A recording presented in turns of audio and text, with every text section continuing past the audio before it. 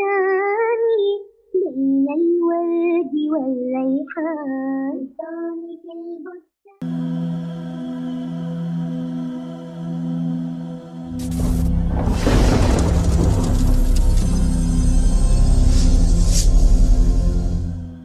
ويريكم آياته فأي آيات الله تنكرون. Regardless of whether or not believe in God, most scientists agree that the cosmic codes appear to exist. Everything in the universe is determined by the fundamental forces of nature. The strength of those forces are characterized by numbers called fundamental constants that are so sensitive that if they change by just a little bit, the universe as we know it wouldn't be here. It seems, and we don't completely understand why, that the laws of physics, laws of cosmology, laws of how the universe evolved, seem to be very special. Of course they're special. Everybody would expect them to be special, but they're special in a way that's unexpected. They seem to be special in the way that is just very, very conducive to our own existence. For example, if the rate of expansion of the universe right after the Big Bang had changed by 1 part in a quintillion is 1 with 18 zeros after it, the universe would continue to expand or collapse back on itself, and none of this would be possible. To illustrate just how small a number 1 part in a quintillion is, imagine all the grains of sand on this beach. In fact, imagine all the grains of sand in all the world's beaches. That number's probably somewhere around a quintillion. In this analogy, if all that sand represented the rate of expansion of the universe right after the Big Bang, how many grains of sand would I need to add or subtract to wreck the universe? Just 1 grain, 1 in a quintillion. That's how precise things had to be for us to be here. Or let's say an example of gravitational constant.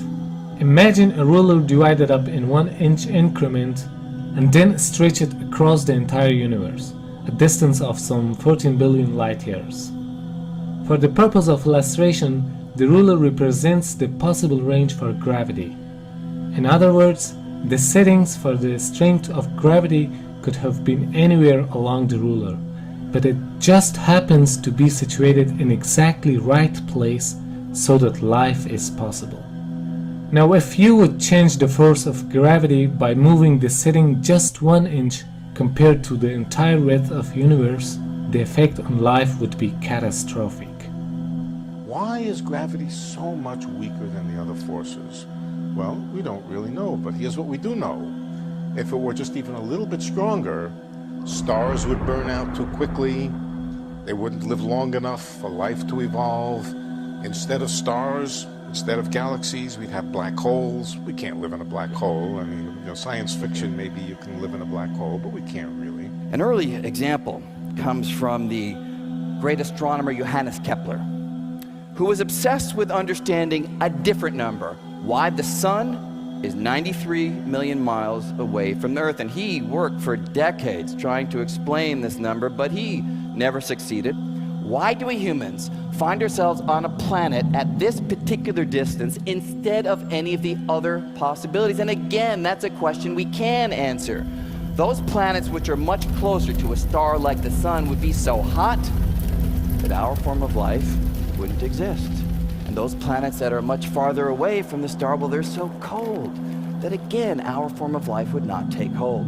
So we find ourselves on a planet at this particular distance simply because it yields conditions vital to our form of life. So everything seems to be almost on a knife edge, that if you were to change the rules of physics, the laws of physics, even a little bit, the world as we know it wouldn't exist.